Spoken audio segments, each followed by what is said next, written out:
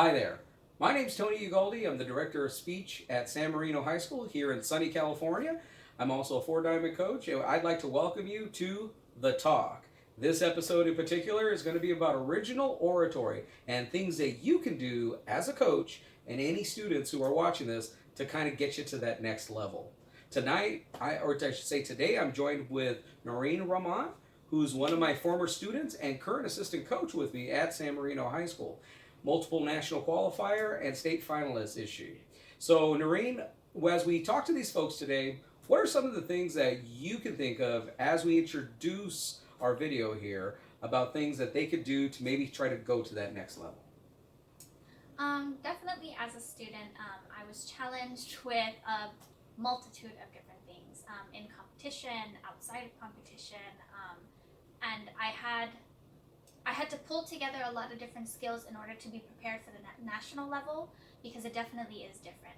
And it was a little nerving as a student, but some of the things that I had to do was I had to kind of retrace and get back to that very authentic side of my oratory. I had to break down some of the things that I had even been doing throughout the year. I also had to fight a lot of motivational aspects, but a lot of those different things I was able to gain through my coaching, and those are the types of things that we'll be talking about today. Perfect. So the first thing I want to talk about is, it's kind of that big question. We've qualified kids to nationals, they've qualified to TOC, they've qualified kids to NIETOC. What do we do next? Like, how do we get our kids into those national championship final rounds? So one of the things I want to tell you is I've been very fortunate and I have been blessed to have students at the TOC, at the NIETOC, and at the national break at every out round level. So one of the things I do want to tell you right now is, first of all, I would tell you to calm down, relax. It's just another tournament. It can be very daunting. So sometimes when we qualify to nationals, it's because we'd like to see our students on those final round stages and break at those big levels. So one of the things that I would tell you is, first, calm down, take it as just another tournament, because the calmer you are, the calmer your students will be. The calmer you are, the better your performance if there's a student who's out here watching that.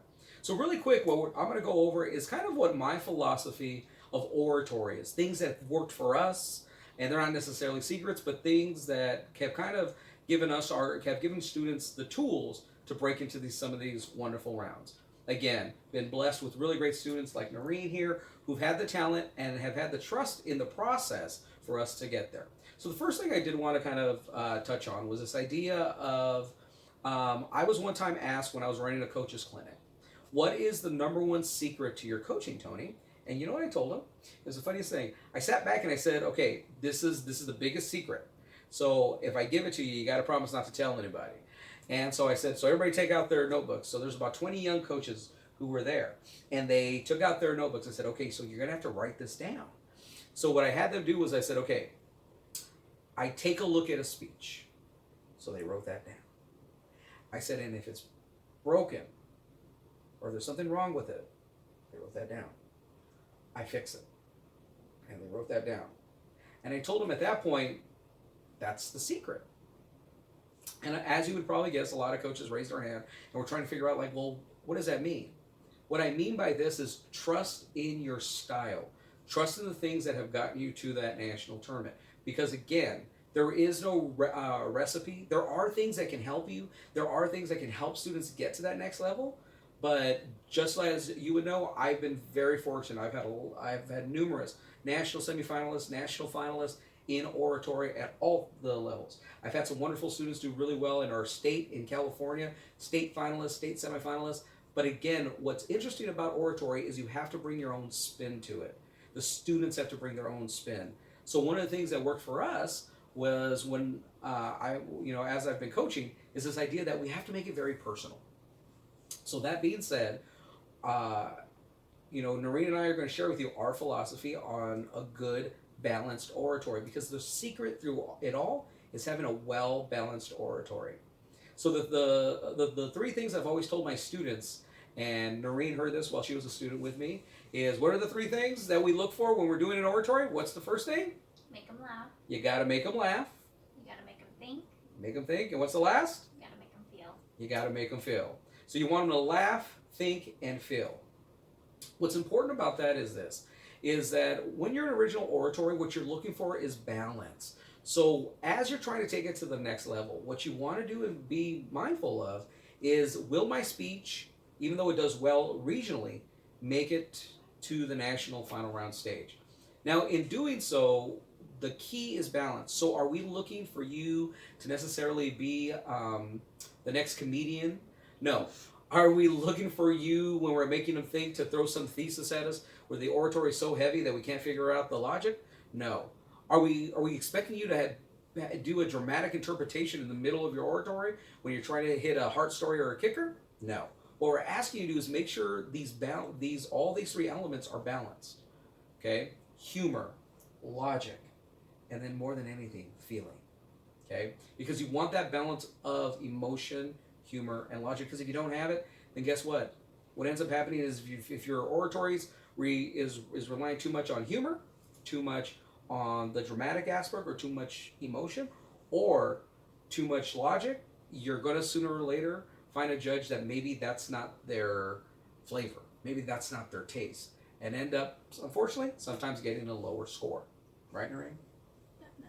So as we keep going, we're going to go into that in a little bit more detail later on in this video. But one of the things is, I'll tell you, is in 2011, again, very fortunate, we were able to qualify 2 students to nationals in oratory, and amongst the many that, again, have been blessed and humbled to have. But one of the things I'll tell you is, that year I found that was, and I'm trying to give you a illustration on balance. That year we had a really great student who was phenomenal in oratory, but his humor his oratory, I should say, really relied on humor more than anything.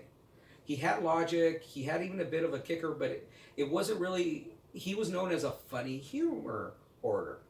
And then we had another student who also qualified as a power orator, where again, the humor really wasn't focused on, the logic was okay, but more than anything, it was more about the drama and the presence that she brought. So one of the things that I've noticed is in oratory, you have 3 different orators, okay? You have your power orator that's very dramatic. You have a humor or a funny orator that it just relies on their humor, and then you have what I refer to as a charming orator, somebody who can, just kind of come in just really well liked as their oratory. So I'd classify Noreen as a power orator, because when Noreen used to get up and give her oratories, right, Noreen? Like, you get up and you give these oratories, and people would be like, oh my goodness. People would be scared because she'd come with so much conviction, so much power, that sometimes, what did I tell you? Sometimes we got to light it up, right?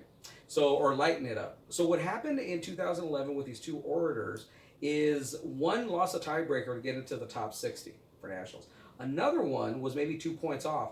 And what I noticed was, one of the orators from our league, or from our district, I should say, that was really good, was kind of one that had all 3 elements, and that particular student advanced to the quarterfinals of nationals that year. So what I realized was, you need to have balance.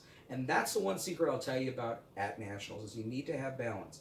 You got to be able to find that middle ground, because that's going to be important. And so sometimes, after you get to the qualifiers and you're done with the qualifiers, like, one of the big things that we do is, okay, how can we make sure that we can find mass appeal with every type of judge, with everybody who's out there? Because keep in mind, when you're either at the national tournament or NIETOC, there's probably a good chance you're going to be judged by people who aren't in your region. So coaches, those judges are going to be looking for something that's totally different, something totally different from what you may have thought of, okay? So that's one of the things that you kind of want to keep in mind as you move forward, is how can I help my student find mass appeal?